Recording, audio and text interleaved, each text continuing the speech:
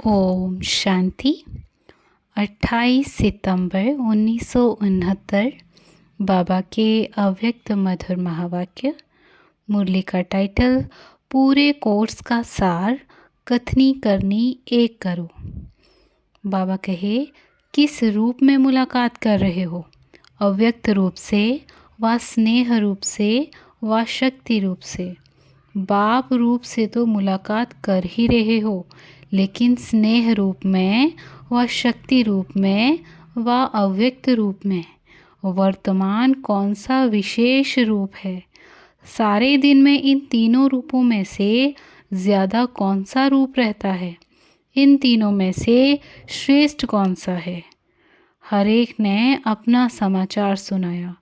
बाबा कहे, अब सिर्फ प्रश्न पूछते हैं, फिर स्पष्ट करेंगे। अब सबने जो एक्स्ट्रा ट्रेनिंग कोर्स किया है, इसमें सबसे पावरफुल पॉइंट कौन सी ली है? जो पॉइंट आगे विघ्नों को 1 सेकंड में ख़त्म कर दे। हर एक ने भिन्न भिन्न पॉइंट तो सुनाई। अब जिन्होंने भी पॉइंट सुनाई है, वो फिर भी अपना अनुभव लिख भेजें कि इस पॉइंट को यूज़ करने से कितने समय में विघ्न दूर हुआ है। जैसे कोई दवाई एक यूज़ करके देखता है, फिर अनेकों को उसका लाभ लेने में सहज होता है। तो यह सब भिन्न भिन्न पॉइंट जो निकली हैं, उन सब का सार 2 शब्दों में याद रखो, जिसमें आपकी सब बातें आ जाएं। ये जो अब कोर्स किया है, उसका मुख्य सार 2 अक्षरों में याद रखना है कि जो कहते हैं वो करना है। कहते हैं हम ब्रह्मा कुमारी हैं, हम बाप दादा के बच्चे आज्ञाकारी हैं, मददगार हैं। जो भी बातें कहते हो वो प्रैक्टिकल करना है। कहना अर्थात करना, कहने और करने में अंतर नहीं हो। यही आपके कोर्स का सार है। कहते तो आप कई वर्षों से हो, विकार बुरी चीज़ है, औरों को भी सुनाते हो, लेकिन खुद घर गृहस्थी से न्यारे होकर नहीं चलते हो, तो अपना ही कहना और करना बदल जाता है। इसलिए आज से यह बात याद रखो, जो कहेंगे सो करेंगे। जो भी सोचते हो अथवा दुनिया को भी जो कहते हो, वो करके दिखाना है। सिर्फ कहना ही नहीं, करना है। अब सर्विस जो रही है वो कहने से नहीं होगी, लेकिन अपनी करने से होगी। कथनी करनी और रहनी कहते हैं ना, तो कथनी करनी और रहनी तीनों ही एक हो, तब कर्मातीत अवस्था में जल्दी से जल्दी पहुंच सकेंगे। हर समय यह चेक करो, जो कहती हूँ वो करती हूँ। कहते हो हम सर्वशक्तिमान की संतान हैं, और करते क्या हो? कमज़ोरी की बात। आज से यह पक्का करो कि जो कहूँगी सो करूँगी। जो खुद ऐसे बनेंगे, उनको देख और भी आप ही करेंगे। आपको मेहनत करने की ज़रूरत नहीं होगी। अब तक तो यही उलाहने मिलते रहते हैं कि कहते एक हैं, करते तो दूसरा हो। उलाहनों को ख़त्म करना है। उलाहना ख़त्म हो, फिर क्या बन जाएंगे? अल्लाह माना ऊंच बन जाएंगे। जितना अल्लाह बनेंगे तो फिर न चाहते हुए नाम वाला होगा। तो किए हुए कोर्स की यह शिक्षा है मुख्य सार। सबसे खौफनाक मनुष्य कौन सा होता है? जिनसे सब डर जाते हैं। दुनिया की बात तो दुनिया में रही, लेकिन इस दैवी परिवार के अंदर सबसे खौफनाक नुकसानकारक वो है जो अंदर एक और बाहर से दूसरा रूप रखता है। वो पर निंदक से भी जास्ती खौफनाक है, क्योंकि वो कोई के नज़दीक नहीं आ सकता, स्नेही नहीं बन सकता। उनसे सब दूर रहने की कोशिश करेंगे। इसलिए इस भट्ठी में आप लोगों को यह शिक्षा मिली। इसको सच्चाई और सफाई कहा जाता है। सफाई किस बात में, सच्चाई किस बात में, इनका भी बड़ा गुह्य रहस्य है। सच्चाई जो करें वो ही वर्णन करें, जो सोचें वही वर्णन करें, बनावटी रूप नहीं। मनसा वाचा कर्मणा तीनों रूप में चाहिए। अगर मन में कोई संकल्प उत्पन्न होता है तो उसमें भी सच्चाई चाहिए, सफाई। अंदर में कोई भी विकर्म का किचड़ा नहीं हो, कोई भी भाव स्वभाव पुराने संस्कारों का भी किचड़ा नहीं हो।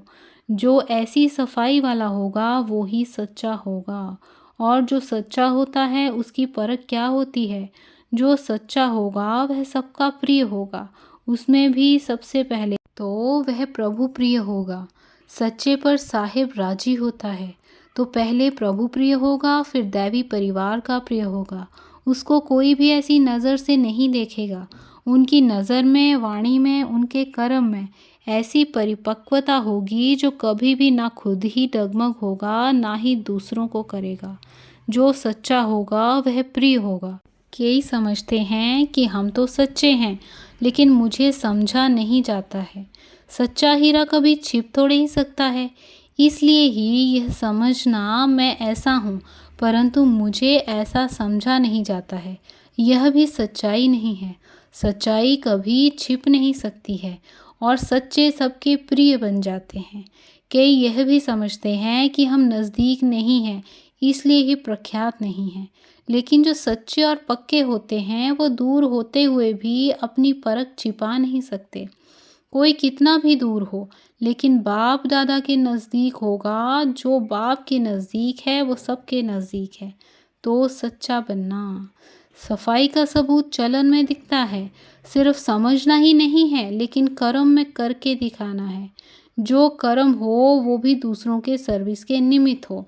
अपनी मनसा वाचा कर्मणा को चेक करो। आप अपने को क्या कहलवाते हो और बाप दादा भी आप सभी को क्या टाइटल देते हैं, वह याद है? सर्विसेबल बच्चे।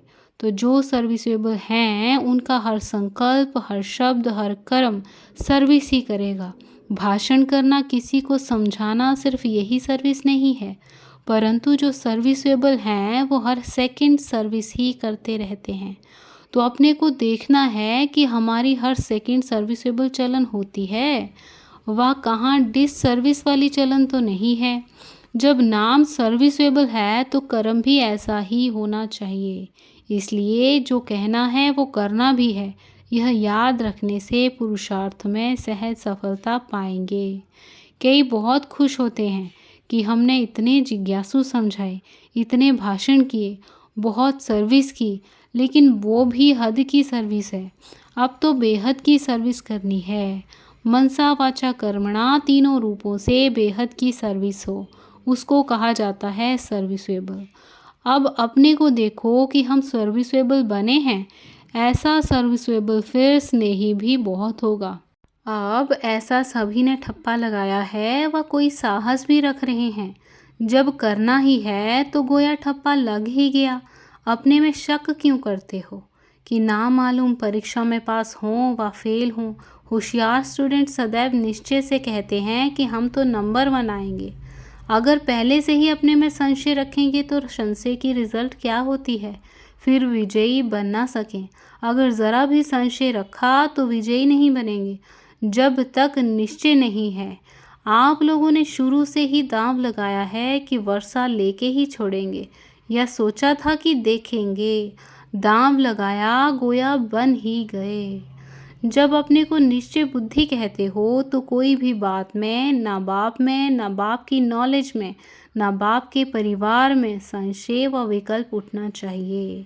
हम शिव बाबा के बच्चे हैं तो सर्वशक्तिमान के बच्चे निश्चय बुद्धि हैं।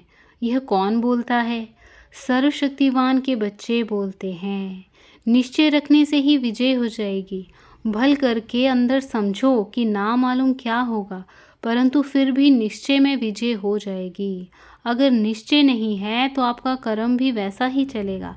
निश्चय रखेंगे कि हमको करना ही है तो कर्म भी वैसा ही होगा। अगर ख्याल करेंगे कि अच्छा देखेंगे, करेंगे, तो कर्म भी ढीला ही चलेगा। कभी भी अपने में कमज़ोरी की, संशय की फीलिंग नहीं आनी चाहिए। कमज़ोरी के संकल्प ही संशय हैं।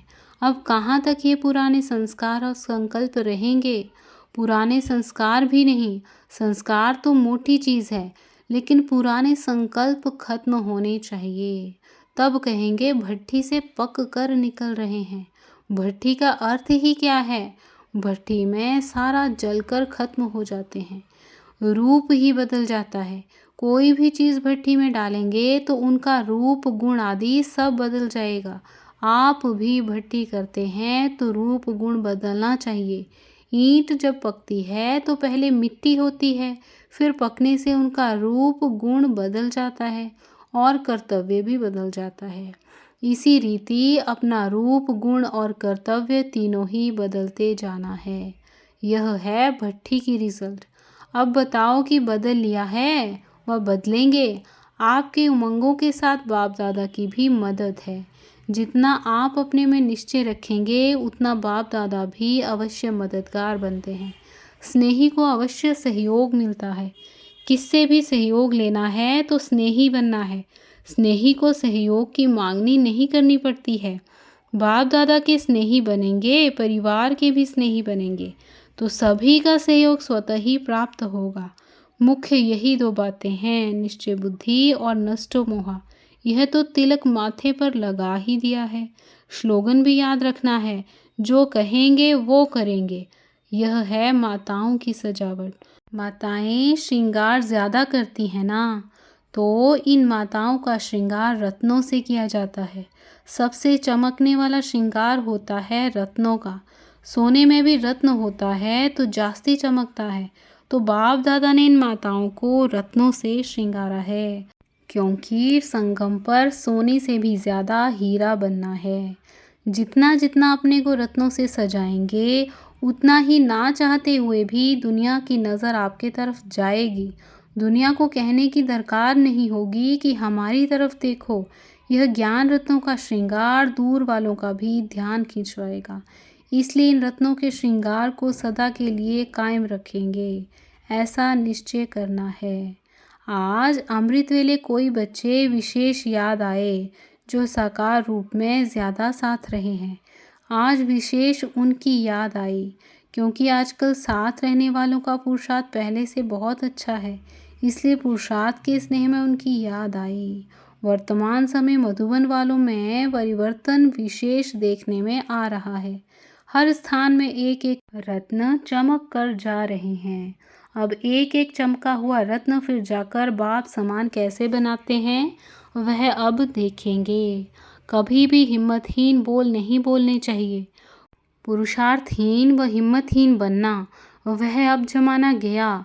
अब तो मददगार बनना है और बनकर दिखाना है। अभी सबके दिल के अंदर यह रहता है कि हम भी जल्दी ही जाएं। आगे तो कहते थे कि संगम युग में जितना जास्ती रहें उतना ही जास्ती अच्छा है, क्योंकि साकार के साथ में ही संगम के सुहेज थे। अभी तो चाहते हैं कि जहां अपना रहबर वहीं हम राही भी चलें। तुम लोगों की चलन वाणी से भी ज़्यादा सर्विस करेगी। डबल सर्विस में सफलता होगी तभी डबल ताज मिलेगा। बोलो, सिंगल ताजधारी बनना है या डबल, कि बने हुए ही हैं। शक्ति रूप बनने का साधन क्या है? शक्ति रूप तभी बन सकेंगे जबकि अव्यक्त स्थिति होगी। अव्यक्त स्थिति में रहकर भल व्यक्त में आते भी हैं तो सिर्फ सर्विस अर्थ। सर्विस समाप्त हुई तो फिर अव्यक्त स्थिति में रहना, ऐसा अभ्यास रखना है। जो बलि चढ़ जाता है उनको रिटर्न में क्या मिलता है? बलि चढ़ने वालों को ईश्वरीय बल बहुत मिलता है। जो संपूर्ण स्वाहा होते हैं वही सदा सुहागिन बनते हैं। उनका सुहाग खत्म नहीं होता है। जो सदा सुहागिन होते हैं उनकी अविनाशी बिंदी सदैव होती है। आत्म स्थिति में स्थित रहने की बिंदी सदा सुहागिन को हर समय मस्तिष्क में याद रहती है। सदा सुहागिन की और कौन सी निशानी होती है? एक तो बिंदी, दूसरा कंगन होता है। वो है संगम रूपी कंगन। दोनों कभी भी नहीं उतरेंगे। संगम के कंगन उतार देने से सुहाग खत्म हो जाता है। अभी विशेष कमाल की सर्विस करनी है। अपनी संग से सबको ऐसा रंग लगाओ जो कि कभी उतर नहीं सके। म्यूजियम में तो सिर्फ संदेश लेकर चले जाते हैं, लेकिन अब यह ध्यान रखना है कि हमारे संघ का रंग इतना तो अविनाशी रहे जो कि कभी भी वह उतर नहीं सके। अभी जंप देकर आगे जाना है। पहले था सिर्फ चलने का समय, फिर दौड़ने का समय भी आया। अभी तो है जंप का समय। अगर दौड़कर पहुंचने की कोशिश करेंगे तो टू लेट हो जाएंगे। जंप देने में तो समय नहीं लगता। एक रस अवस्था में रहने लिए एक ही शुद्ध संकल्प रखना है। वह कौन सा एक? एक तो स्नेही बनना, दूसरा सर्विसेबल हूँ, बस। इनके बिना और कोई संकल्प नहीं। सर्विसेबल को सर्विस का ही संकल्प चलेगा। भट्टी का जो लक्ष्य है कि खुद बदल कर औरों को बदलना है, यह लक्ष्य सदैव याद रखना है। यह है निश्चय की छाप। आप पर कौन सा छाप लगा है? निश्चय बुद्धि, नष्टो मोहा और सर्विसेबल का। यह त्रिमूर्ति छाप की निशानी लगी हुई है। यह अपनी निशानी कायम रखनी है। आप समान औरों को अपने से भी ऊंच बनाना है, कम नहीं। हमसे ऊंचा कोई बने, यह भी तो अपनी ऊंचाई है ना। ओम शांति। ओम शांति।